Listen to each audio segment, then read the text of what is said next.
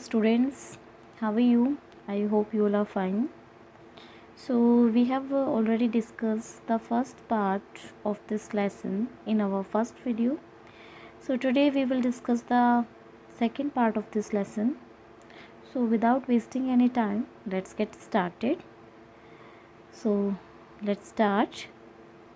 So Nelson Mandela says the structure they created formed the basis of one of the harshest, most inhuman societies the world has ever known.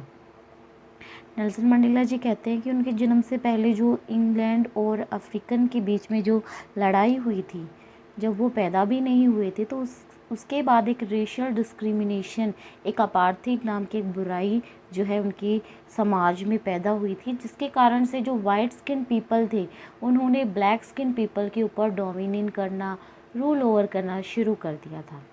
तो जो structure उन लोगों ने बनाया वो बड़ा ही inhuman था, बहुत ही ज़्यादा हार्श था, बहुत ज़्यादा सीवियर था। Now in the last decade of the 20th century and my own 8th decade as a man, so यहाँ पे नेल्सन मंडेला जी कहते हैं now in the last decade, यानी last decade means 1990 से 2000 की series, and my own 8th, यानी कि ये जो बात की जा रही है किसकी, 1994 की बात हो रही है, और and my own 8th decade as a man. और यहाँ पे जो नेल्सन मंडेला जी बात कर रहे हो, जिस सेंचुरी में चल रहे वो है 80s की। सो यहाँ पे नेल्सन मंडेला जी कहते हैं the system had been overturned forever and replaced by one that recognized the rights and freedoms of all peoples regardless of the color of their skin. So Nelson Mandela ji कहते हैं कि 80s के decade में क्या हुआ कि ये जो अपार्थाइड नाम की जो रेशियल डिस्क्रिमिनेशन जो लोगों के बीच में हो रखा था वो अबॉलिश कर दिया गया। अब वहाँ पर लोगों को कलर ऑफ देयर स्किन को लेकर, उनके बीच में उनके राइट्स को लेकर, उनके फ्रीडम्स को लेकर अब उनके साथ किसी भी तरह का कोई भी भेदभाव नहीं किया जाता था।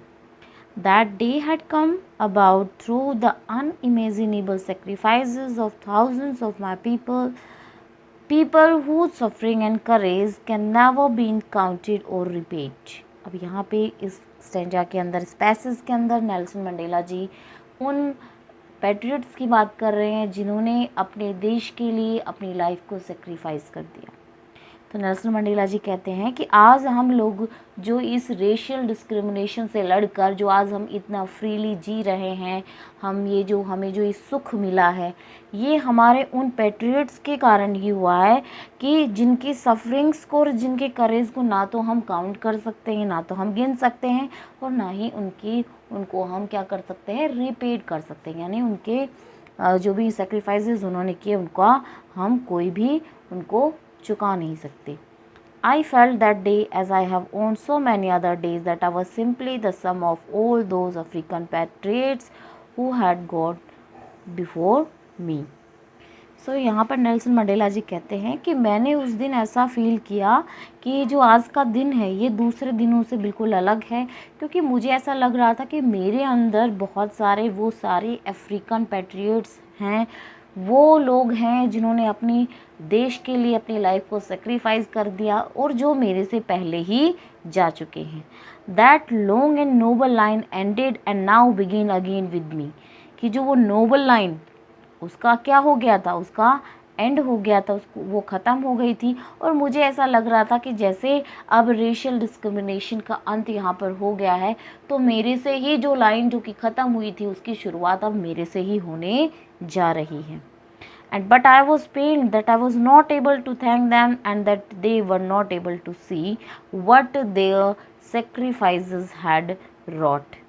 लेकिन मुझे पेन भी हो रहा था क्योंकि मैं उन लोगों का धन्यवाद तक नहीं कर पाया जिन लोगों ने अपनी लाइफ को सेक्रीफाइस किया, अपने लाइफ को अपने देश साउथ अफ्रीका के लिए उन्होंने सेक्रीफाइस कर दिया, और उनके सेक्रीफाइसेस के बदौलत ही आज हम लोग इतने फ्रीली घूम रहे हैं, हमें हर एक राइट मिले हुए हैं, हम जिस पॉलिटिकल पार्टी में जिनमें हमें भाग लेने तक की इजाज़त नहीं थी, आज हम उसी पॉलिटिकल पार्टी का हम हिस्सा हैं। तो मुझे दुख इस बात का हो रहा है कि मैं उन लोगों का, उन पवित्र आत्माओं का मैं धन्यवाद भी नहीं कर पाया कि उनके बलिदानों ने देखो क्या आज हमारे लिए रॉट मतलब ब्रॉट, क्या हमारे लिए कर दिखाया है।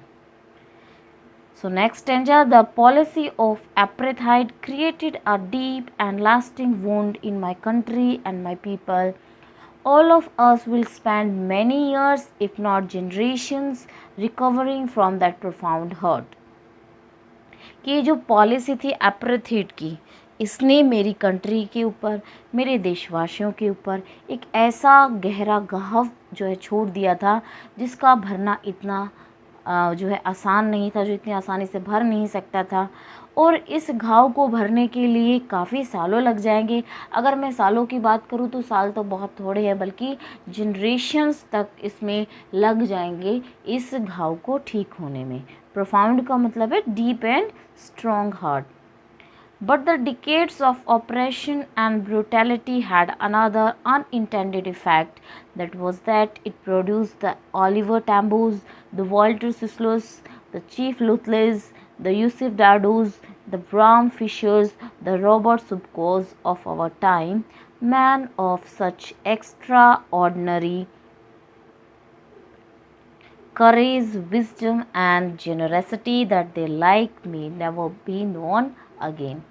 सो यहाँ पे जो नेल्सन मंडेला जी हैं, ये हमें इन जो साउथ अफ्रीका के जो बहुत बड़े जो पैट्रियट्स थे उनके बारे में बताते हैं। ये है ओलिवर टैम्बो, वॉल्टर सिस्लू, चीफ लुथलीज, अब यहाँ पे है यूसुफ डैडोस, ब्राउन फिशर, रॉबर्ट सुबकोस। तो ये सारे बहुत बड़े पैट्रियट्स हुए जिन्होंने अपने देश के लिए अपनी लाइफ को सेक्रीफाइस कर दिया। और इनके जैसे देशभक्त तो ना तो इसमें दुनिया में इन्होंने जो है जन्म लिया है, और ना ही कोई इनके जैसे सच्चे देशभक्त बन सकते हैं।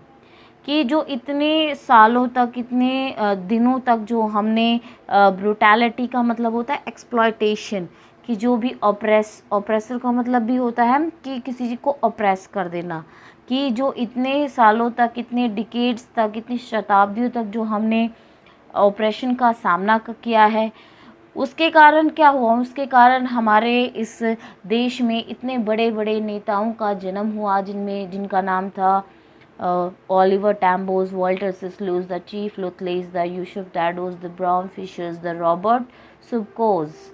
और ये लोग इतने ज़्यादा एक्स्ट्रा ऑर्डिनरी थे, इतने ज़्यादा विजडम और करेज इनके पास था, इतने ज़्यादा जीनरस थे ये लोग, कि इनके जैसे लोगों ना तो इस दुनिया में हुए हैं और ना ही वो आगे हमें देखने को मिलेंगे। Perhaps it requires such depths of oppression to create such heights of character. शायद हमें उनके जैसे बनने के लिए, उनके जैसा कैरेक्टर हमें पाने के लिए, हमें बहुत ज़्यादा जो है ऑपरेशन की जो डेप्थ्स है, जो गहराई है, उनको सहन करना पड़ेगा। यानी कि हमें बहुत सारे सेक्रीफाइसेस करने पड़ेंगे, बहुत सारी ऐसी बहुत ज़्यादा ऐसी सर्कमस्टांसेस से हमें गुजरना पड़ेगा, तब जाकर हम उनके जैसे जो कैरेक्टर हैं हम बना सकते हैं, अपने आप को वैसा ढाल सकते हैं।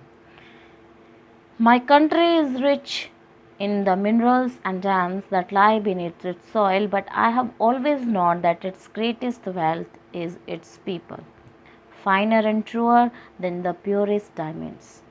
नेल्सन मंडेला जी कहते हैं कि किसी देश की जो संपत्ति होती है, उसकी जो प्रॉपर्टी होती है, उसके जो जेम्स होते हैं, वो उसके लोग होते हैं। क्योंकि जो साउथ अफ्रीका है उसको किसके लिए जाना जाता है कि साउथ अफ्रीका के अंदर बहुत सारे मिनरल्स, बहुत सारे जेम्स जो हैं दबे पड़े हैं इसकी मिट्टी के अंदर। लेकिन नेल्सन मंडेला जी का मानना था कि किसी देश की अगर हम मिनरल्स की बात करते हैं, हम जेम्स की बात करते हैं, किसी उसकी प्रॉपर्टी की बात करते हैं, एक्चुअल में उसकी प्रॉपर्टी कौन सी है, तो वो उस देश के लोग होंगे, ना कि उसके जो जेम्स, उसके जो मिनरल्स हैं। क्योंकि ये जो जिस देश के लोग बहुत ज़्यादा प्योर हार्टेड हैं, बहुत ज़्यादा सच्चे हैं, वही उस देश की सबसे बड़ी संपत्ति होते हैं। डायमंड से कहीं ज़्यादा ये अच्छे और सुंदर होते हैं। It is from this comrades in the struggle that I learn the meaning of courage. अब यहाँ पे नेल्सन मंडेला जी करेज के बारे में बात करते हैं कि करेज का जो एक्चुअल में मीनिंग होता है, ये मैंने उस स्ट्रगल के दौरान मेरे कॉमरेड से, मेरे साथियों से, मेरे कंपेनियन से सीखा, कि एक्चुअल में करेज रखना, धैर्य रखना, साहस रखने का मतलब क्या है। Time and again I have seen men and women risk and give their lives for an idea.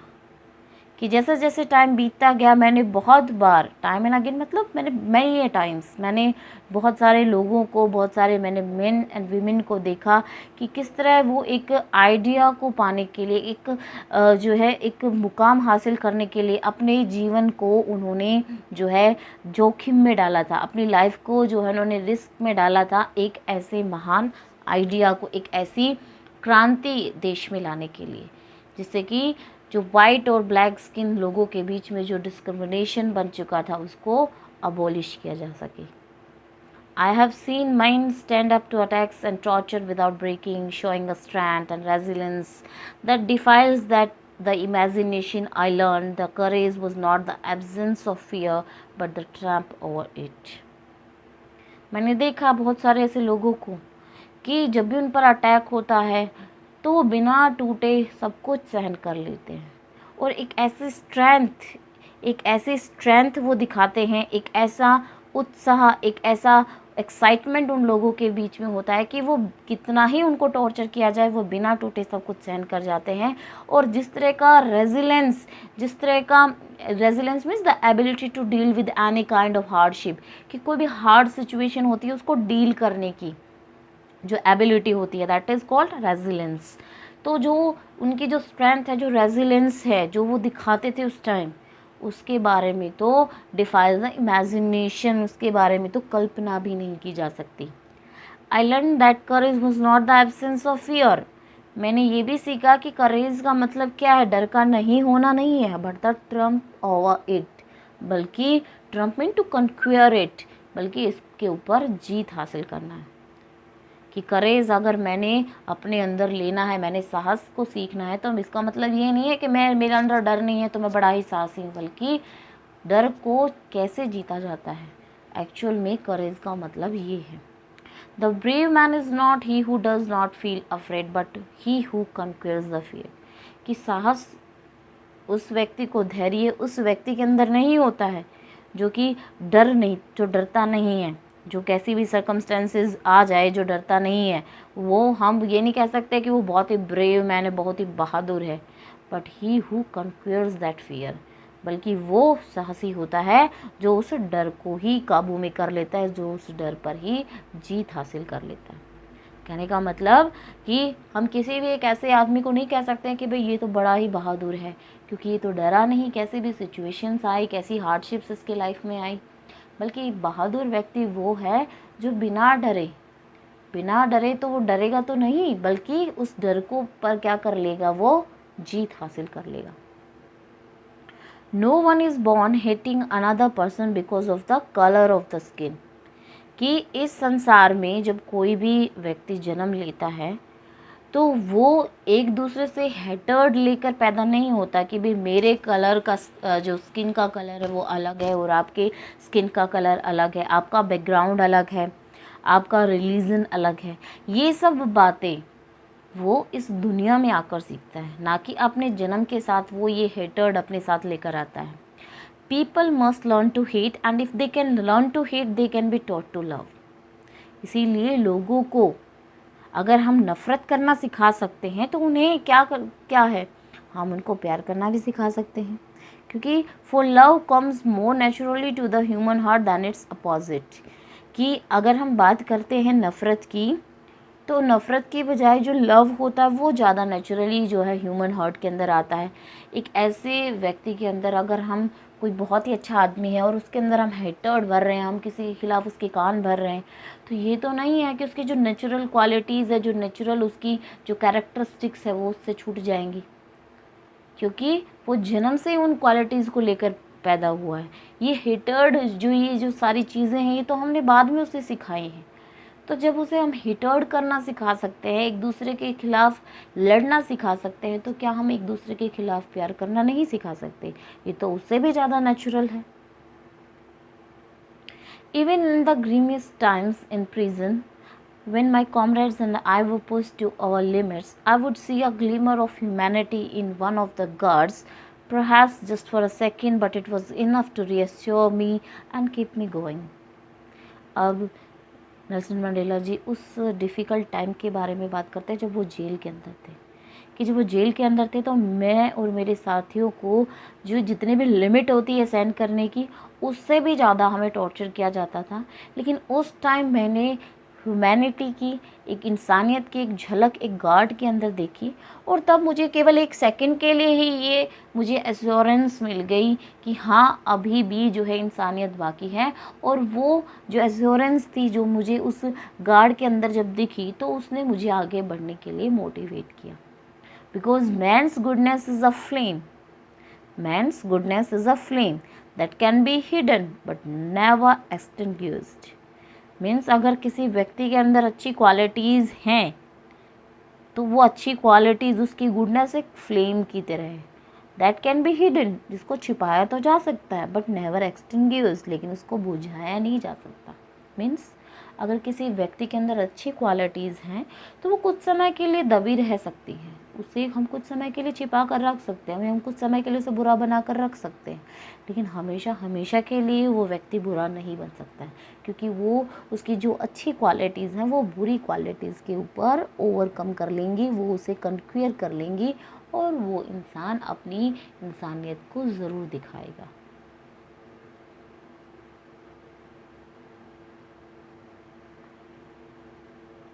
So in life every man has twin obligations.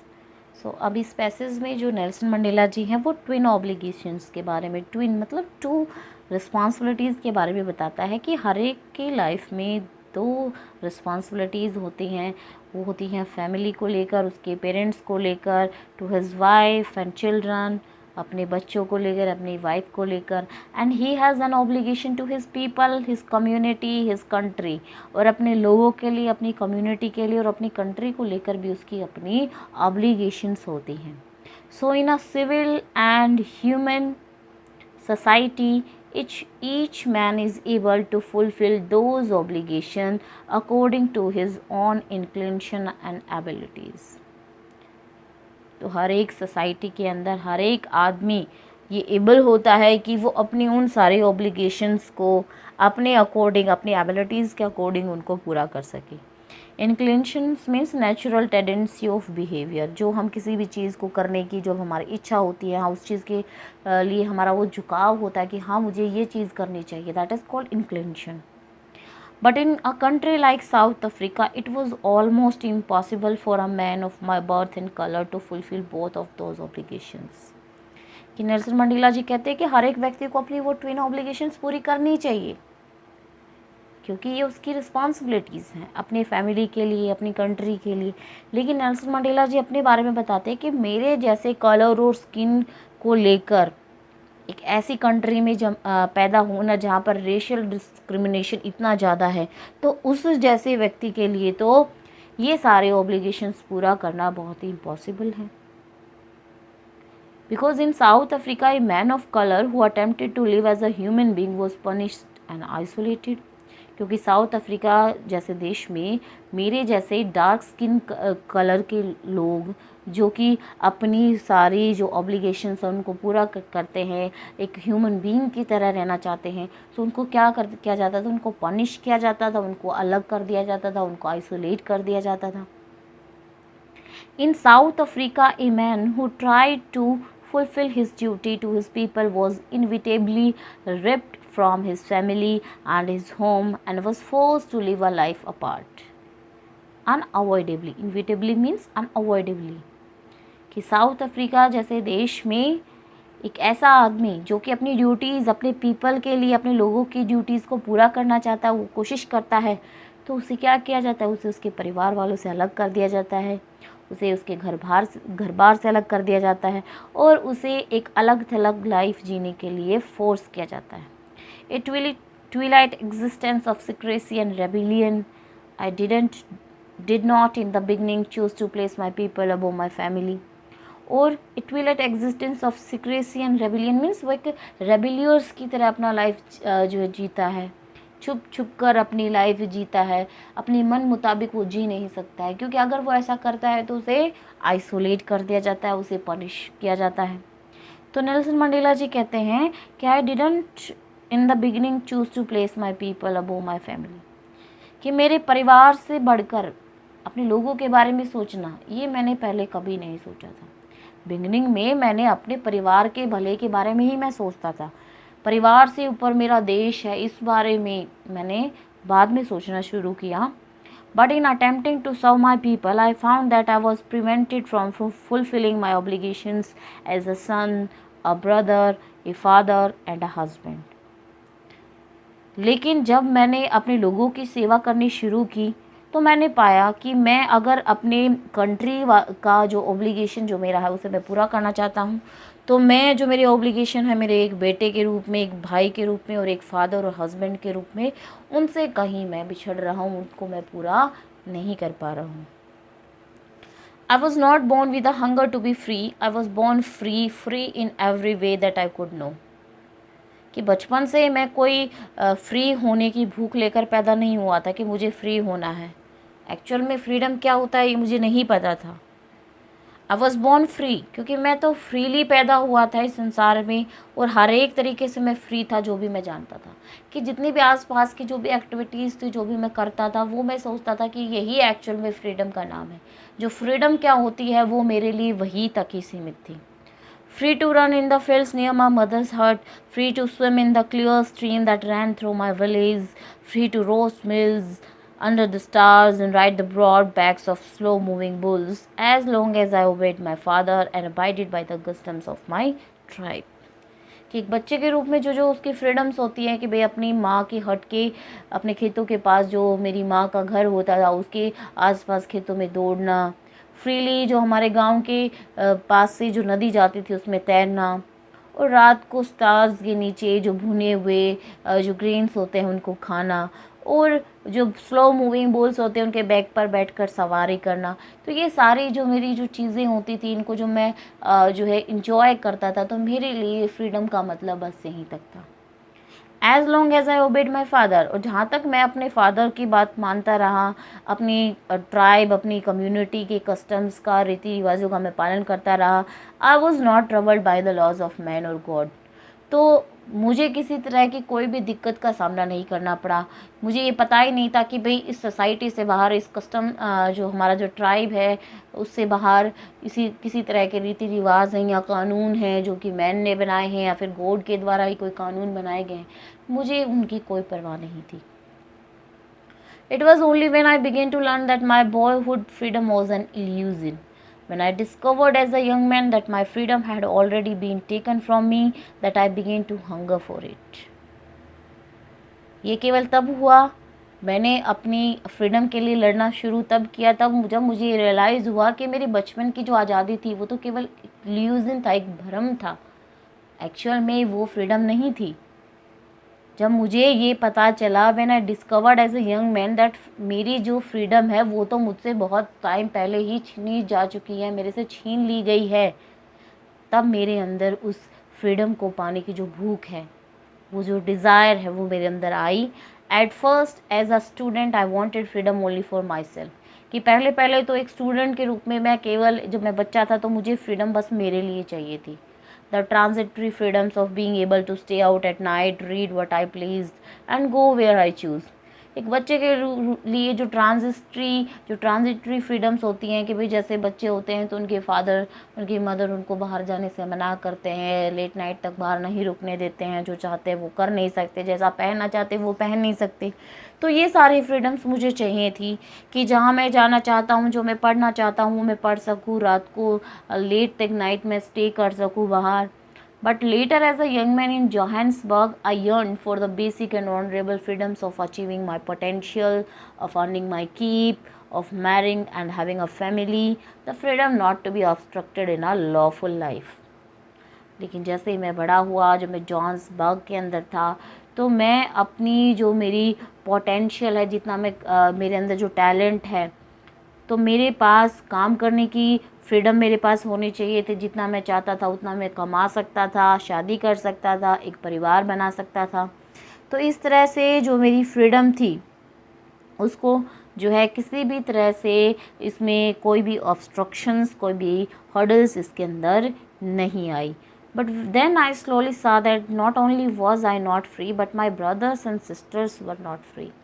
लेकिन तभी मुझे ये रियलाइज़ हुआ, मैंने देखा कि केवल मैं ही ऐसा नहीं हूँ जो फ्री नहीं हूँ, बल्कि मेरे जितने भी मेरे जैसे भाई बहन हैं वो भी नहीं फ्री हैं. आई सा that it was not just my freedom that was curtailed मतलब लिमिटेड, रिड्यूस्ड. कि मुझे ये तब पता चला कि केवल मेरी ही आज़ादी ऐसी नहीं है जिसको सीमित कर दिया गया है, जिसको छीन लिया गया है, जिस पर रिस्ट्रिक्शंस लगा दी गई हैं, बल्कि मेरे जैसे कलर वाले लोग, डार्क स्किन पीपल जितने भी थे, जो मेरे जैसे दिखते थे, हूबहू मेरे जैसे थे, जिनका कलर ऑफ द स्किन मेरे जैसे था, उन सभी की जो है फ्रीडम को कर्टेल कर दिया गया था. That is when I joined the African National Congress, and that is when the hunger for my own freedom became the greater hunger for the freedom. उसके बाद मैंने अफ्रीकन नेशनल कांग्रेस में ज्वाइन किया, मैं शामिल हुआ, और उसके बाद से मेरी फ्रीडम को लेकर जो मेरी भूख थी वो और भी ज़्यादा हो गई. For the freedom of my people. मेरी भूख के साथ साथ, यानी मुझे मेरी आज़ादी के साथ साथ मेरे देशवासियों की आज़ादी भी चाहिए थी. It was this desire for the freedom of my people to live their lives with dignity and self-respect that animated my life, that transformed a frightened young man into a bold one. और मेरी जो ये desire थी freedom को लेकर, इसी ने ही मुझे ये सिखाया कि मैं अपने लोगों के लिए इतनी फ्रीडम ला सकूं कि वो लोग डिग्निटी के साथ और सेल्फ रिस्पेक्ट के साथ जो है अपनी लाइफ को जी सके. और इसी फ्रीडम के कारण जो एक डरा जो व्यक्ति था, एक कमज़ोर व्यक्ति था, उसको इतना बहादुर, इतना बोल्ड बना दिया था. That drove a law avoiding attorney means lawyer to become a criminal, that turned a family loving husband into a man without a home. और ये वो फ्रीडम की हंगर ही थी जिसने कि एक वकील को, एक कानून के मानने वाले लोग को, एक ऐसे व्यक्ति को जो कि लॉयर है, उसको एक क्रिमिनल बना दिया था कि वो अब अपनी देशवासियों के लिए, उनकी राइट्स के लिए, उनके फ्रीडम्स के लिए अब वो क्रिमिनल तक बनने को तैयार है. That turned a family loving husband, जिसने एक घर बार से प्यार करने वाले एक फैमिली लविंग हस्बैंड को एक ऐसे व्यक्ति के रूप में बदल दिया था जो कि बेघर है. That forced the life loving man to live like a monk, और जिसने एक जीवन से प्यार करने वाले आदमी को, कि जो अपने जीवन में खुश था, जो अपनी लाइफ में खुश था, उसको अब एक मंक की लाइफ जीने के लिए मजबूर कर दिया. I am no more virtuous or self-sacrificing than the next man, but I found that I could not even enjoy the poor and limited freedoms I was allowed when I knew my people were not free. वो कहता है कि मेरे अंदर इतनी सारी self sacrificing नहीं है, मैं इतना ज़्यादा वर्चुअस भी नहीं हूँ दूसरे व्यक्ति के जैसा, लेकिन जब मैं ये देखता हूँ तो मैं ये सोचता हूँ कि मैं उन लिमिटेड और थोड़ी सी जो मुझे फ्रीडम्स मिली हुई है उसमें मैं नहीं जी सकता, मैं उनको एंजॉय नहीं कर सकता. मुझे फ्रीडम चाहिए तो मुझे पूरी फ्रीडम चाहिए, मुझे वो सारे राइट्स चाहिए जो कि वाइट स्किन पीपल को मिले हुए हैं. वो सारे राइट्स क्यों नहीं डार्क स्किन पीपल को, डार्क जो कलर है उनका स्किन का, उनको क्यों नहीं मिले? तो मैं इस लिमिटेड फ्रीडम के अंदर नहीं जी सकता. I was allowed when I knew my people were not free. और मुझे ऐसा करने को अलाउ तब किया गया जब मुझे ये पता चला कि मेरे लोग फ्री नहीं हैं, और जो फ्रीडम है is indivisible. The chains on any one of my people were the chains on all of them. The chains on all of my people were the chains on me. क्योंकि मुझे पता चला कि जो फ्रीडम है ये इनडिवाइजिबल है, कि जो ये लोगों के ऊपर जो चेन्स पड़ी हुई हैं, जो रिस्ट्रिक्शंस पड़ी हुई हैं मेरे लोगों के ऊपर, तो अगर मेरे लोगों के ऊपर किसी तरह की कोई रिस्ट्रिक्शंस हैं, कोई चेन्स हैं, उनकी फ्रीडम को कर्टेल किया जा रहा है, तो इट मीन्स मेरी फ्रीडम्स को भी जो है कर्टेल किया जा रहा है. मुझसे भी मेरी वो फ्रीडम छीनी जा रही हैं, मेरे ऊपर भी वो चेन पड़ी हुई हैं जो कि मेरे लोगों के ऊपर पड़ी हुई हैं. I knew that the oppressor must be liberated just as surely as the oppressed. A man who takes away another man's freedom is a prisoner of hatred. Nelson Mandela ji कहते हैं, मैं जानता हूँ कि जो ऑप्रेसर होता है उसको भी उतना ही हक है फ्रीडम का, उसको भी उतना ही जो है फ्रीडम मिलनी चाहिए जितने कि एक ऑप्रेस्ड को मिलनी चाहिए. ऑप्रेस्ड मीन्स एक ऐसा व्यक्ति जो कि अत्याचार को सहन करता है, जिसका एक्सप्लॉयटेशन किया जा रहा है और वो उस चीज़ को सहन किया जा रहा है. ऑप्रेसर मीन्स जो किसी का एक्सप्लॉयट कर रहा है उसका जो है ऑपरेशन जो कर रहा है, दैट इज़ कॉल्ड ऑपरेसर। सो दोनों को ही बराबर हक है कि दोनों को ही फ्रीडम मिलनी चाहिए। A man who takes away another's man's freedom is the prisoner of hatred. Nelson Mandela ji कहते हैं अगर कोई व्यक्ति किसी दूसरे की फ्रीडम को छीनता है तो एक्चुअल में वो हेटर्ड का प्रिजनर माना जाता है। He is locked behind the bars of prejudice and narrow mindness. I am not truly free if I am taking away someone else freedom. और वो बंद होता है बार्स के पीछे, प्रेजुडाइज के बार्स के पीछे। Prejudice mean strong dislike without any good reason, कि बिना किसी कारण से हम किसी के प्रति जो है हेटर करना, हम हेट करना फील कर देते हैं, that is called prejudice. And narrow mindness, और जो हमारी छोटी सोच होती है, हम उनकी सलाखों के पीछे बंद होते हैं। हम किसी व्यक्ति का एक्सप्लॉयटेशन यूँ ही नहीं करते क्योंकि हमारी वो छोटी सोच होती है, या तो हमारी सोच खराब होती है, या हम बिना किसी कारण से उस दूसरे व्यक्ति को डिसलाइक करना शुरू कर देते हैं कि नहीं ये इसका नहीं है, ये तो मेरा है, ये इसके पास नहीं होना चाहिए तो मेरे पास होना चाहिए था। तो ये बिना कारण की जो ये हमारी जो डिज़ायर्स होती हैं, मेनली हर एक चीज़ का जो रीज़न होता है, इस तरह की चीज़ों का जो कारण होता है वो होता है हमारी डिज़ायर्स, जो कि एंड नहीं होता है उन डिज़ायर का। ये एंडलेस जो डिज़ायर्स होती हैं हमारी, यही एक दूसरे की लड़ाई का कारण बनती है। ठीक है, सो यहाँ पे जो नेल्सन मंडेला जी कहते हैं आई am not truly free if I am taking away someone else freedom, कि मैं अपने आप को एक्चुअल में फ्री तब तक नहीं मान सकता जब मैं ये सोचता हूँ कि मैंने किसी दूसरे की आज़ादी ले ली है, यानी कि किसी दूसरे की आज़ादी को छीन कर, किसी दूसरे का एक्सप्लॉयटेशन करके, उसकी सारी चीज़ों को छीन कर अगर मैं खुशी खुशी जीवन जी रहा हूँ तो इट मीन्स मैं फ्री नहीं हूँ। Just as surely as I am not free when my freedom is taken from me. और मैं ये भी नहीं कह रहा हूँ कि अगर मेरे से कोई मेरी फ्रीडम छीन रहा है तो मैं ये मान लूँ कि मैं जो है बिल्कुल फ्री हूँ, मैं बहुत अच्छे से लाइफ जी रहा हूँ, क्योंकि ना तो मैं किसी दूसरे की फ्रीडम छीनना चाहता हूँ, ना ही मैं ये चाहता हूँ कि मेरी कोई फ्रीडम मेरे से छीने। So the oppressed and the oppressor alike are robbed of their humanity, क्योंकि जो ऑपरेसर और जो ऑप्रेस हैं, जो ऑप्रेस्ड और ऑपरेसर हैं, वो दोनों ही जो ह्यूमैनिटी से जो है अलग हो जाते हैं। अगर वो दोनों अगर ऐसा करते हैं कि एक तो ऐसा व्यक्ति है जो एक दूसरे का एक्सप्लॉइट कर रहा है, बार बार उसको परेशान कर रहा है, बार बार उसकी फ्रीडम को छीनना चाह रहा है, और दूसरा व्यक्ति आराम से उसे वो सब देने के लिए तैयार है, तो मीन्स दोनों ही विक्टिम्स हैं, दोनों ही इसके बराबर हिस्सेदार हैं, क्योंकि वो जब उसका एक्सप्लॉयटेशन कर रहा था तो उसे वो सहन नहीं करना चाहिए था, बल्कि उसको अपोज करना चाहिए था। तो अगर वो अपोज नहीं करता है तो मीन्स वो दोनों ही विक्टिम्स हैं, दोनों ही विक्टिम्स हैं ह्यूमैनिटी के। ठीक है, so you now your lesson is complete. I have given the complete explanation of this chapter, line to line summary, line to line explanation. So I think this chapter is clear to you. So we will meet in our next video.